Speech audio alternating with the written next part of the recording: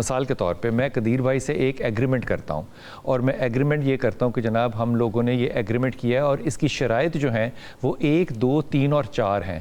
ہمارا ایگریمنٹ ہوگا 1 2 3 4 کے اوپر. ٹھیک ہے قدیر بھائی؟ جی بالکل. اب ہم ایگریمنٹ کر لیتے ہیں.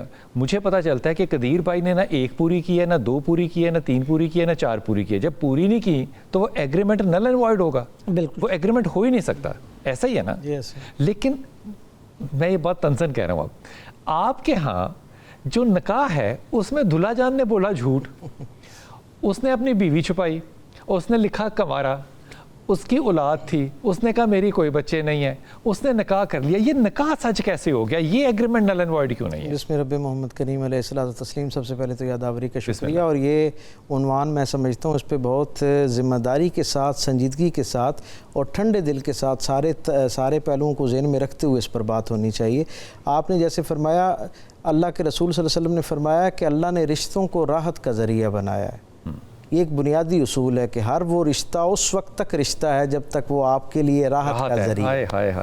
اگر وہ راحت کا ذریعہ نہیں بن رہا تو پھر اثر نو آپ کو اس کا تجزیہ کرنا چاہیے کہ بگاڑ کس طرف سے ہے. بہت ممکن ہے میری طرف سے ہو، بہت ممکن ہے جو شخص میرے ساتھ اس رشتے میں وابستہ ہے اس کی طرف سے ہو، لیکن یہ طے ہے، یہ طے شدہ بات ہے کہ دونوں طرف میں سے کسی ایک کی طرف سے کہیں نہ کہیں کوئی حق تلفی ہو رہی ہے، کوئی غلط بیانی ہو رہی ہے. نظر تصور میں لائیں کہ میں آپ کے ہاتھ چوم رہا ہوں. اللہ اکبر. رشتے میں اگر تسکین نہیں ہے تو رشتہ نہیں ہے. اللہ کے رسول نے یہ فرمایا نا، حضرت نوح علیہ السلام کی نسبت سے ہمیں وہ بات بتائی کہ جو آخری زمانوں کے لوگ ہوں گے جو ان کی دنیا سے بہت محبت بڑھ جائے گی، اللہ ان پر اپنی ناراضگی کی 3 جو ہے وہ علامتیں ظاہر کرے گا خبردار کرنے کے لیے. پہلی علامت کیا تھی؟ میں بہت تیزی سے تینوں بتا دوں.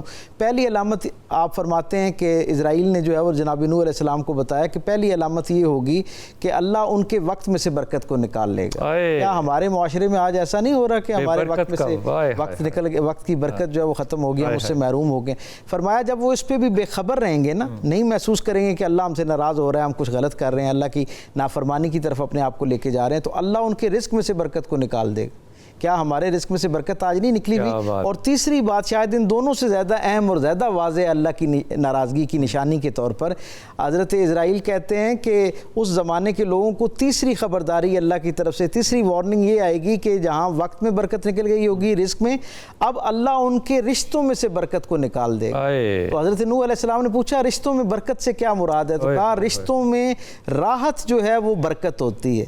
تو جب رشتے میں سے راحت نکل جاتی ہے تو اس کا مطلب یہ ہے کہ اس میں سے برکت نکل جاتی ہے. اچھا شاہ جی یہ فرمائیے کہ یہ راحت کی جو بات ہے اس کو جب آپ تفسیر کریں گے تو کیا یہ صرف میاں بیوی کے درمیان ہے یا باقی دنیا کے؟ دیکھیں نا، جب انہوں نے اگر یہ صرف اس رشتے کے لیے ہوتا تو اس رشتے کو اسپیسیفکلی بیان کیا جاتا.